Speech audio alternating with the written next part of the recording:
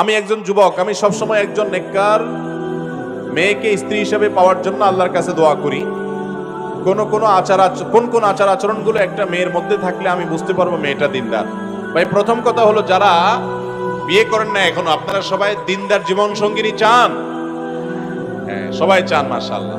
তো এর জন্য নিজেকে আগে দিনদার হইতে হবে। নিজেকে আগে কি হইতে হবে? আপনি নিজে খারাপ থাকবেন, আপনার চরিত্র নষ্ট করবেন, ফেসবুকে ইনবক্সে হারাম সম্পর্ক করবেন, আর আশা করবেন যে আপনার ঘরে একজন ফেরেশতার মতো মেয়ে চলে আসুক। এটা কখনো বাস্তবসম্মত চাওয়া হতে পারে না। মনে রাখবেন, ভালো জীবন সঙ্গিনী চাইতে হলে আপনি নিজে ভালো হওয়ার চেষ্টা করতে হবে। এটা হলো প্রথম কাজ। আবার কেউ এখান থেকে সহজে যোগ বিয়োগ করে ফলাফল বের করেন না যে আমার যেহেতু চরিত্র ভালো না, অতএব আমার যে জীবন সঙ্গিনী আসছে এটারও মনে হয় চরিত্র খারাপ। এরকম সহজ সমীকরণের সুযোগ কিন্তু নেই। কারণ অনেক খারাপ মানুষকে আল্লাহ তাআলা ভালো মানুষ দিবেন না, দেন নাই।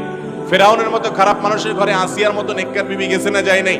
অতএব আপনি খারাপ হলেও আপনার ঘরে আসা মেয়েটা ভালো হতে পারে। একজন মেয়ে বিয়ের আগে দিনদার কিনা কিভাবে বুঝবেন? এটার মতো কঠিন কাজ আল্লাহর জমিনে খুব কম আছে। আজকাল বিশেষ করে শুধু নামাজ কালাম দেখে লোকটা ধার্মিক এটা মনে করা এত সহজ নয়।